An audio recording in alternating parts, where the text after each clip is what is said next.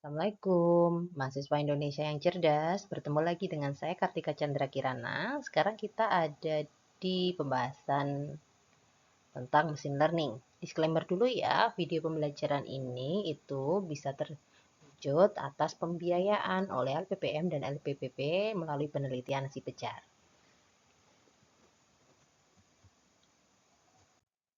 Nah, ini adalah roadmap kita dalam proses belajar. Ya, sekarang kita itu sudah ada di CPMK yang terakhir, yaitu menerapkan mesin learning ya, yaitu memahami konsep mesin learning ya di CPMK 171. Nah, sekarang apa itu mesin learning? Ya, mesin learning itu sebenarnya cabang dari kecerdasan buatan. Fokusnya dia itu bisa mempelajari model secara eksplisit ya. Oke, komponen dalam membentuk mesin learning tadi kita harus punya data, ya, datanya untuk belajar. Kemudian kita harus punya pemodelan, ya, modelnya seperti apa. Lalu di sini ada kekhasan, yaitu ada proses pelatihan dari data yang tersaji tadi. Kemudian kita perlakukan proses evaluasi sampai kinerjanya dapat dipastikan memang baik. Untuk model learningnya, kita ada dua pendekatan. Kalau kita tinjau berdasarkan dari cara dia belajar, ya, yang kita sebut dengan supervised learning dan unsupervised learning. Kalau supervised learning ini biasanya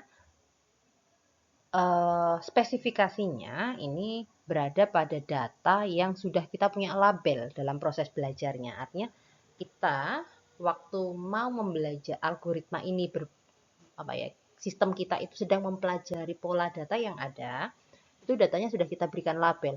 Oh, untuk data yang modelnya seperti ini, untuk kelompok data yang ini, gitu. Misalnya penyakit kanker, ya.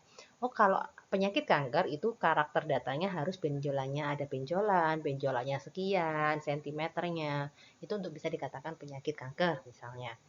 Berarti kita harus punya data inputnya beserta dengan label outputnya.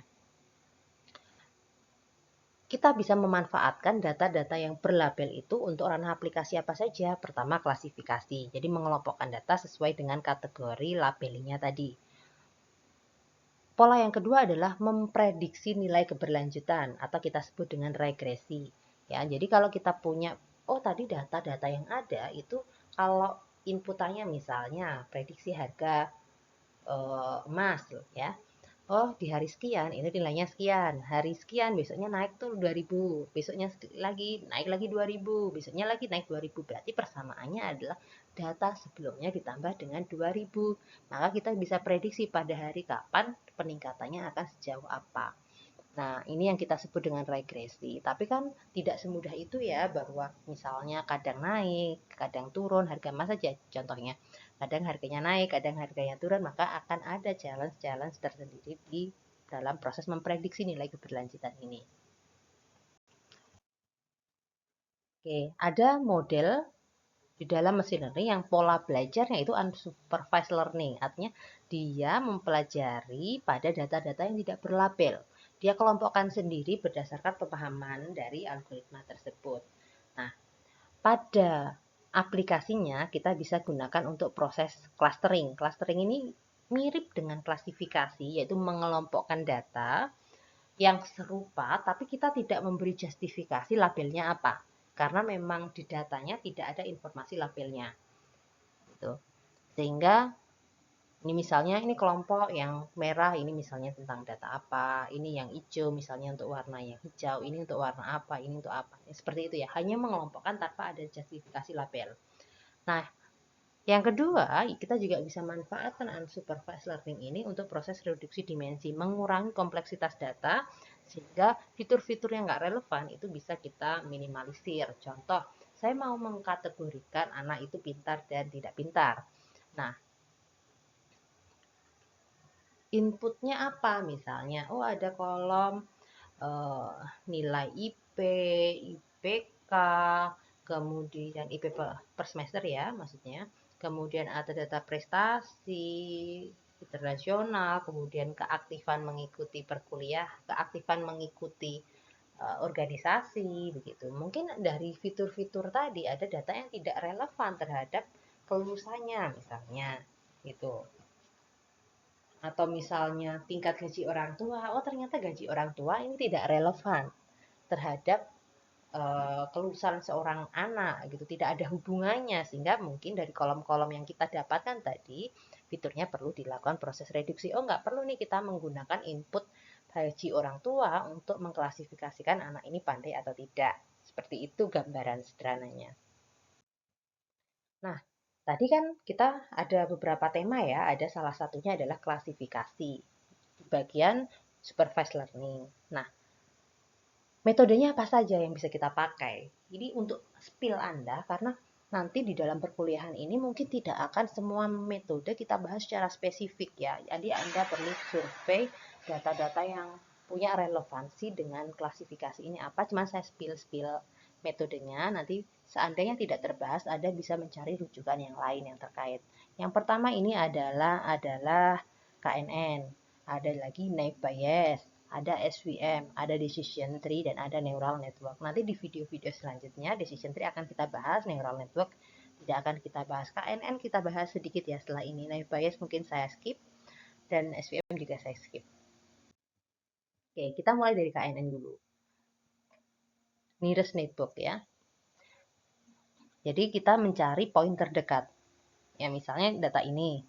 Di iterasi pertama, kita tahu nih bahwa ketetanggaannya adalah merah dan warna biru. Lalu kita hitung terhadap data merah dengan data yang biru. Oh, yang paling dekat dengan tetangganya itu adalah merah, itu ada di sini, dan yang dianggap tetangga lainnya ini ada di sini. Nanti kita akan mengkategorikan ini itu sebenarnya masuk lebih dekat ke merah atau lebih dekat ke biru gitu ya. Oh, ini kalau dari kita lihat sekilas ternyata lebih dekat ke merah ya daripada ke biru dari rata-ratanya, dari data ketetanggaannya, sehingga kita bisa mengklasifikasikan bahwa dia ini lebih dekat dengan warna merah, sehingga kita bisa klasifikasikan kalau versi KNN, oh ini dia masuk ke kelompok yang merah. Prinsip dasarnya adalah melihat pola ketetanggaan. Nah, sekarang kita bahas yang clustering. Clustering tadi seperti yang saya sampaikan, dia unsupervised learning ya. Dan jadi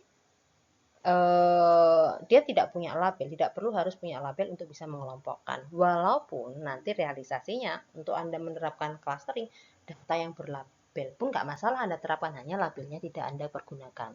Contoh metode yang tidak menggunakan labeling apa? Contohnya K-means, hierarchy clustering, Gaussian mixed model ya. Ada banyak sekali. Yang kita bahas satu aja ya, yaitu K-means. Nah, K-means itu kan means ya. Means itu kan rata-rata. Jadi kita lihat. Jadi kita punya hyperplan yang membatasi untuk kelompok dikatakan tadi misalnya merah dan kuning di sini. Nanti dengan batas ini kita lihat means-nya. Oh, means-nya sekarang ada di sini. Berarti pembatasnya itu akan ada di mana? Begitu. Nah, seperti ini. Akhirnya yang datanya ini dengan ini akhirnya berubah tuh. Dengan adanya means dari data ini ada di data yang sekarang. Lalu kita means lagi itu rata-rata dengan fitur X dan Y yang ada. Oh, ternyata rata-ratanya jadi ikut berubah sekarang. Data yang ini tadinya merah jadi tidak masuk kelompok karena means-nya tadi belum jadi satu.